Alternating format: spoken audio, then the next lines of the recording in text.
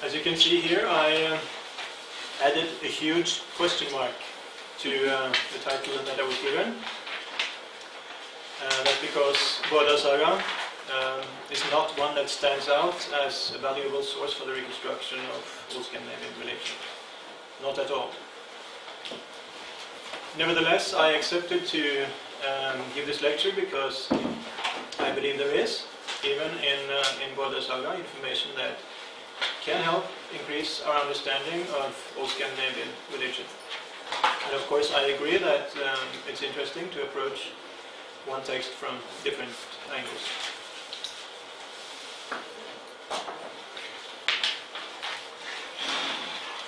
Here's an outline of my lecture. First, a few methodological considerations about our source situations and our alternatives, certainty and uncertainty, and then what you expect to hear about the question of whether it's possible to find useful information in Bárðar saga for the reconstruction of old Scandinavian religion. Is there information directly relevant to old Scandinavian religion or to a different part of old Scandinavian religion, or are there keys that can help us see patterns that we will otherwise not notice in the best sources? And then there will be a conclusion, although not a spectacular one.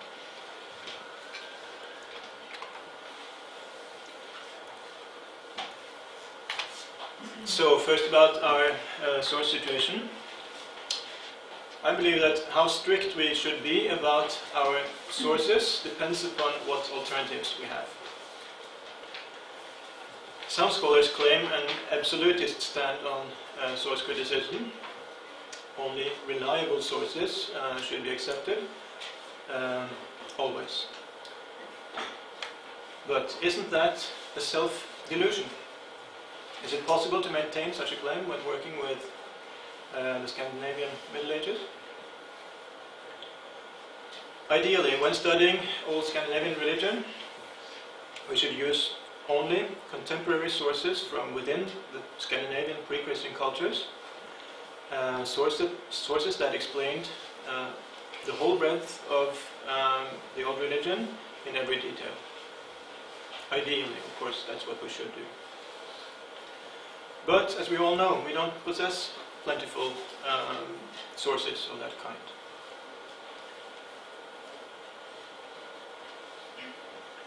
On many of the gods, we have quite a bit of information that seems fairly reliable, mostly from the Eddic and Skaldic poetry and Snorri's Edda.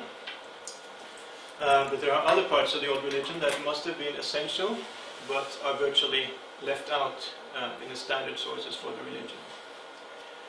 If you want to get a better understanding of those parts of the religion, we have two alternatives. We can give up, of course. That's certainly an alternative, and in many cases that is what we should do. For many questions there isn't enough information, so we just have to forget about them. But there's another option in many cases. We could also attempt to supplement our evidence with more problematic material.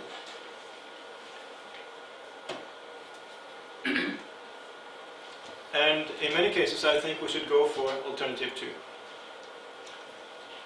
Will that give us certain results? No. Why do I still recommend it?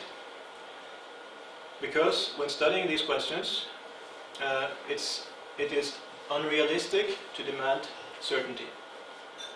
In that case, we could only study very few questions and the research field would more or less be closed down. So I think we have to be satisfied with probability. We should try to identify the most probable explanation or model of understanding given the body of information that we have at hand. And the last part of this, given the body of information that we have at hand, is important because it implies that we should try to include all the available information in our considerations and that we cannot afford to reject certain types of information without checking it out.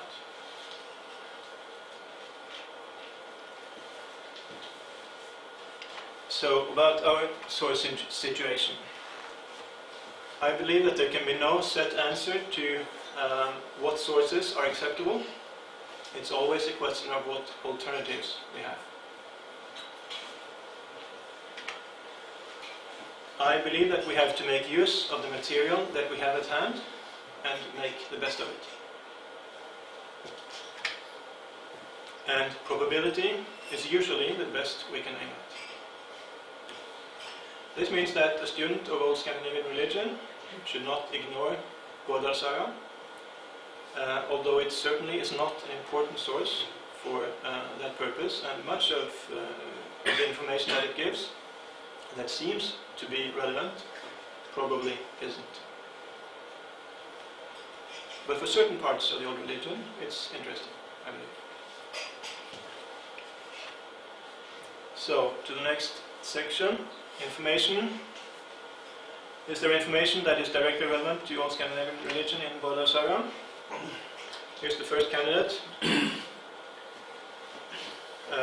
Snæfell's Ås, the Ås, the god in the mountain of Snæfell, Snæfellsjökull. Were there? Is this an example that there were local gods and goddesses? I've listed a few possible parallels to that. There's Thorgerðr in Norway, in Trøndelag and northern Norway, connected to the Jarls of Hlaðir. And in Njål's saga, there's the Svinafell's Ås that we discussed yesterday, and there's Olavur Geirstala Aldur in southeastern Norway. Yeah, so was there a tradition of local gods, real gods, in local traditions, in addition to the central gods, Thor, Odin, and the other ones? It's an interesting question, but I find this idea problematic because it's quite isolated, in spite of the possible parallels here. Because normally, troll-like beings living in mountains don't function as gods. To the contrary, they are dangerous and people try to stay away from them. And this is how it is in the rest of the saga, especially in the last part. Now, to be sure, you could say that Bárðar is half human. He's not really a troll genetically, but he was raised by a troll and he ends up living like a troll. So when he becomes the Snæfell's Ås, he is a troll.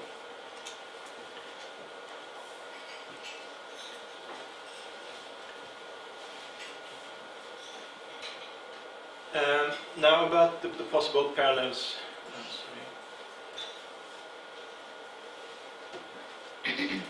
To me it seems that these parallels either aren't that parallel or they contain so little information that we can't say anything in any way. So Thorgerðr, she was connected to a cultic building in the sources, so that doesn't fit. Then Olavur Geirstala Aldur, he became an Aldur after he was buried. And that's different because Alvar in general are closely connected to the departed. And Bárðar is not dead when he becomes, or is said to become a god in the saga. And then this Svinafell's Ås, well, the problem is we have no information about him, so it's impossible to say anything.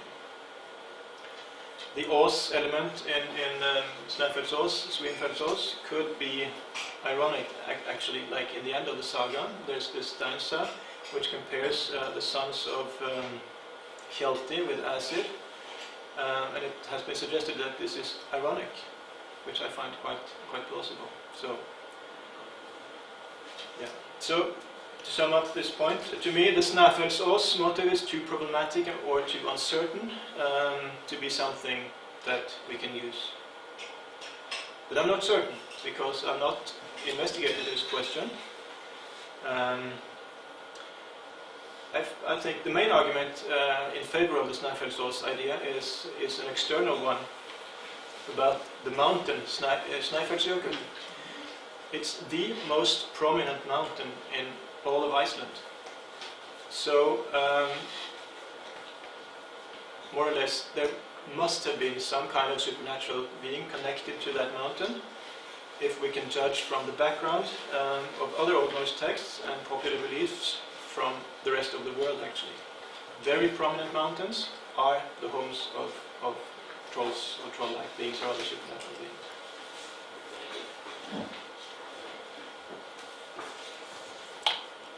Now, the next possible example is the stanza that Daniel has worked with.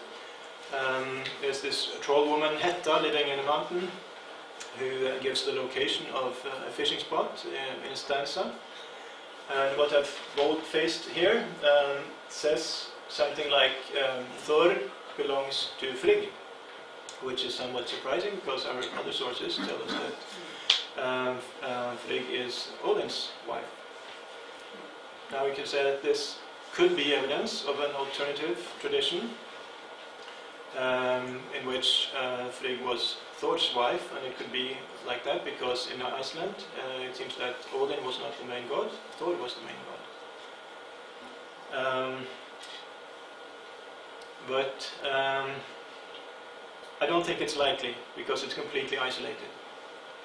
And the character Grimr, just after this stanza, the character Grimr seems to be a mix of Odin and Thor. He's called Grimr, which is an Odin's name, but he has a red beard, which is a characteristic of Thor, so it seems to be a mixture, so it's not very convincing.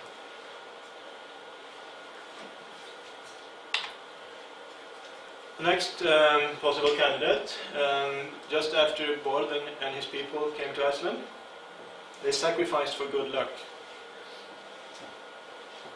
Well, fine, but this doesn't give much information, and there's no particular reason to believe that it's authentic.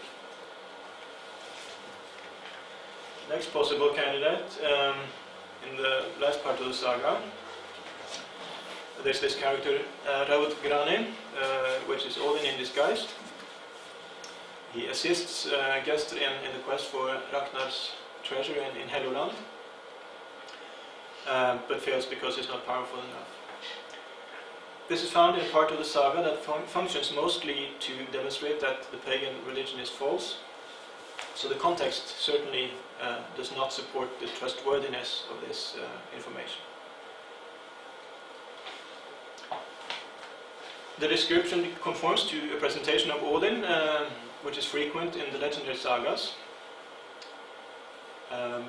Well, this doesn't necessarily make it more trustworthy, but we also find this disguised and treacherous Odin in the Eddic poetry and in Snorri's Edda.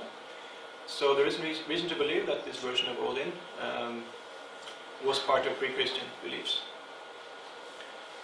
Still, however, Bárðar saga does not really give us more information about this version of Odin than we know from other sources, so it can't really help us much. So, here's my conclusion. No. Bárðar saga does not tell us much about Scandinavian religion.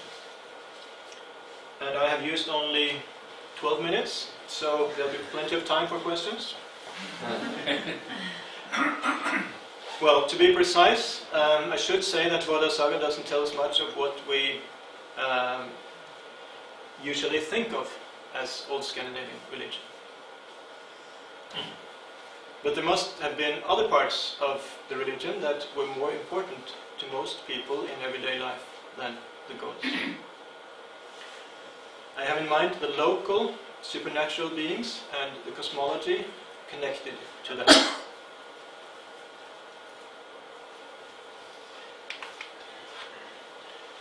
The gods seem to have been common for large geographical areas, in most cases for all Nordic countries, or even the whole Germanic area. And they seem to have been worshipped mostly in central places, at a few central cultic feasts a few times each year. So that's only a few times and not where people lived and most people lived. Then the supernatural beings inhabiting the local landscapes, in all probability, were more important to people because they're there all the time, and the whole year where people live.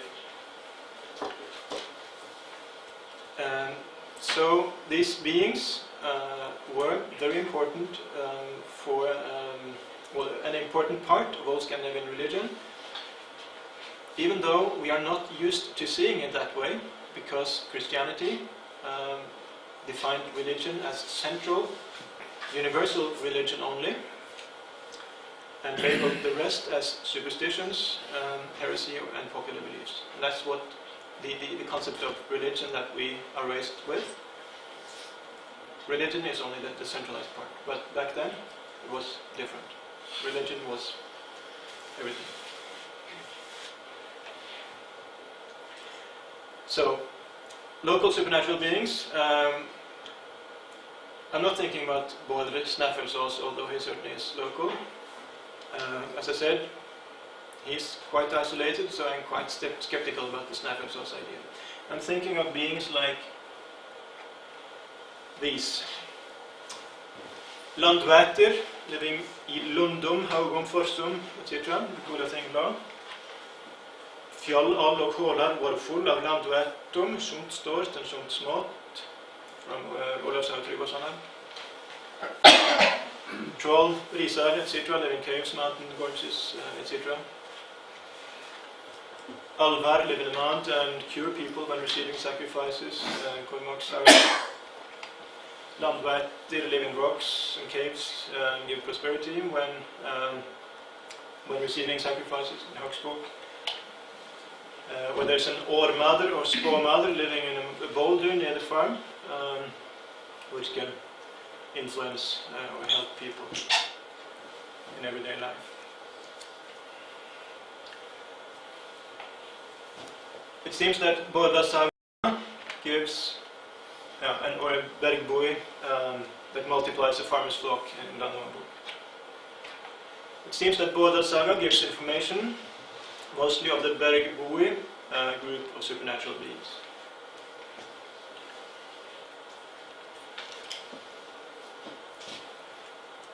Which live in the wilderness, in caves, prominent mountains or glaciers, canyons, waterfalls, etc. The names and locations of these dwelling places are mentioned with many details in the saga. They can be dangerous to people and their livestock, we are told when reading the saga. And the humans find entrances to the dwellings only when they're lost in fog or drifting snow.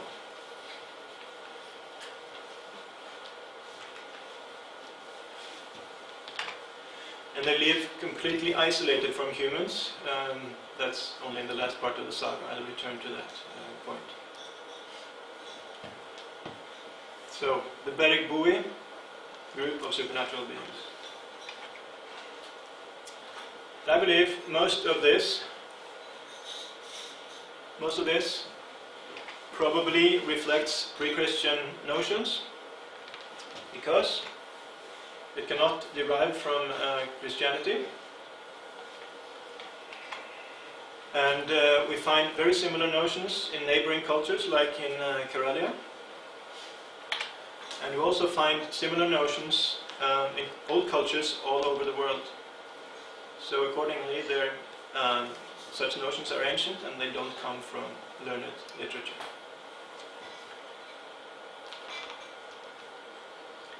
Such arguments make me believe that notions of trolls and other local supernatural beings and the cosmological ideas connected to them lived on, not much changed, into Christian times and partly even into modern times. And this, I think, is quite understandable, because such beliefs are not a direct competitor to the essential Christian beliefs. In the Christian paradigm, these notions or ideas are not an alternative. They are something else than the faith in gods. So true Christianity would not necessarily wipe them out, because there's something else, not a direct competitor.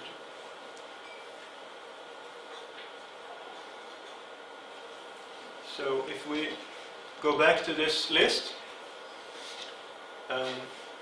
we have enough information of these traditions in the earliest and most reliable text to be able to anchor them in very early times, I believe. But to get a fuller understanding of them, we have to turn to late Old Norse texts like Bárðar saga and even post-medieval folklore. So, Bárðar saga and other late texts can play a role for the reconstruction of this part of the Old Scandinavian religion.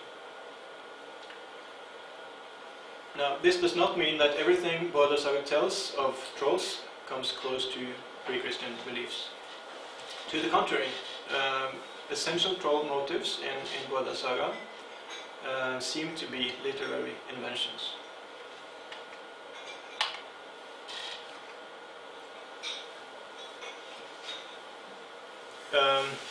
Here's one example. Trolls and humans live completely side by side.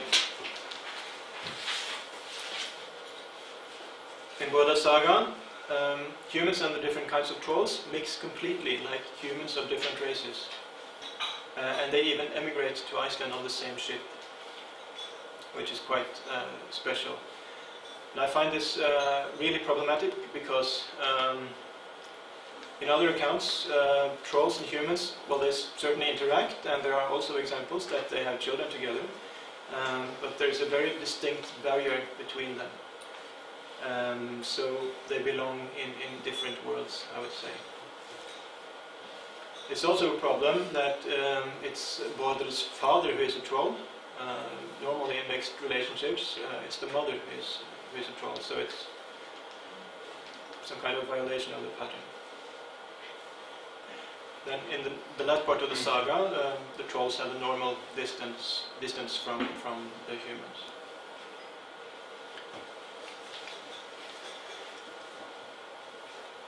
I think it's also unparalleled that the saga distinguishes so systematically and elaborately between Risar and Thursar and Troll and so on. There are many categories that are kept distinctly separate.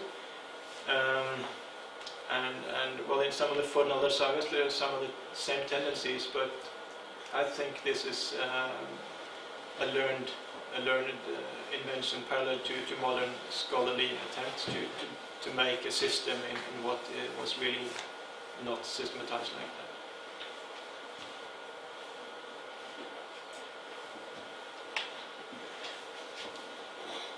In the second half of the saga, Thorður is able to find the entrance to the troll Kolbjörn's cave again. He finds it again, and he is able to walk right in, which is, well,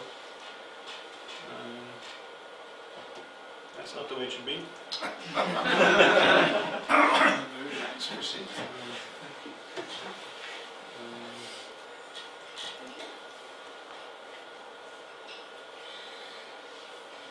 Yeah, because normally in the rest of the saga and in other Old Norse texts and in the popular traditions, the entrances to the other world are hidden or inaccessible in different ways. Like first you go through fog and then you stumble across it.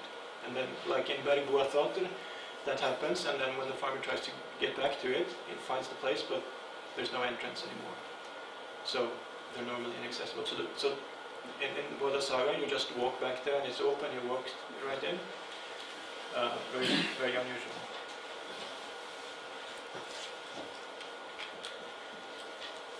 And also, when moving into the glacier, Bárðar becomes Snæfellsás, and people start turning to him because he can help them. Sounds a bit like medieval euhemerism to me. It's a transformation into an os.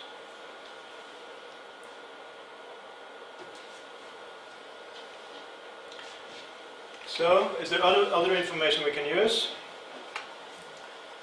And here is something completely different. The location of Ragnar's grave in the last part of the saga. It's in Hellulands Ubygdir. It's on an islet connected to the mainland with a reef, flooded at high tide, passable only at low tide. And this seems to reflect ancient ideas of cosmology, and I've used this account in an article that I published a couple of years ago about the other world being on the other side of water. The water is very often a barrier between this world and the other world. So this location, as Ralph put it the other day when we discussed it, this place is almost ridiculously liminal. It's on the extreme outskirts of the world, Hellulands Ubygdir, and then in the sea. So in in a way in the other world, but it's shifting back and forth between this world and the other world because, well, with the tide rising or going back. And yeah, I believe I can use this information because such ideas didn't come with the Bible. Even if the moral in this part of the saga definitely is a Christian one. There's a parallel among the Sami. Strikingly many sacrificial sites among the Sami are situated on islets that are separated from the mainland with sounds so shallow that you can ford it. So in a way it belongs to the other world because it's on the other side of the water, but you can walk there. So it's on this side as well. So it's super liminal.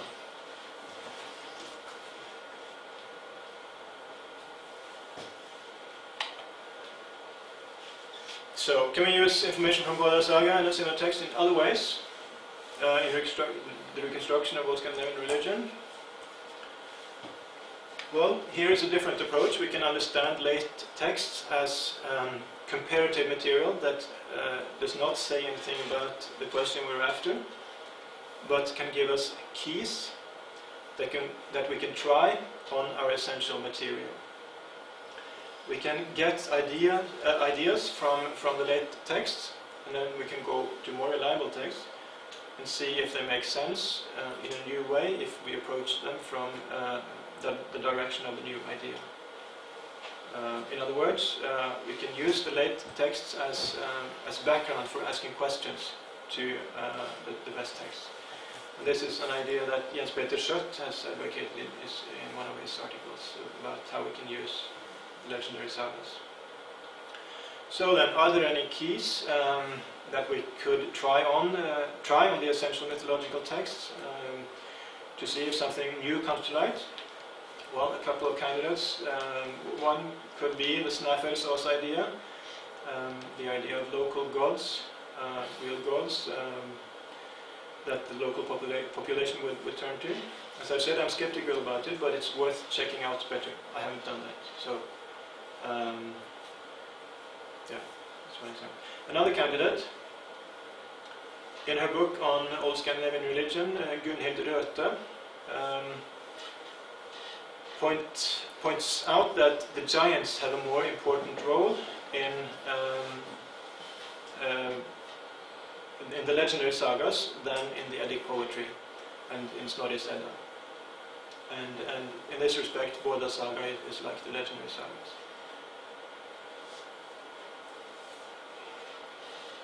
Then, of course, the heavier emphasis on the giants in the late texts could be because the traditions had degenerated when they were written. Certainly, that may be the reason. But it's still worth checking. It's worth having another look at the best sources to check if there's something that we have overlooked. So, my conclusion. Bárðar saga, surprise, surprise, is not an important text for the reconstruction of old Scandinavian religion. But some information, especially on the supernatural beings inhabiting the local landscapes, is valuable, I believe. But that information must be used critically because it seems contaminated by literary inventions. So, thank you for your attention.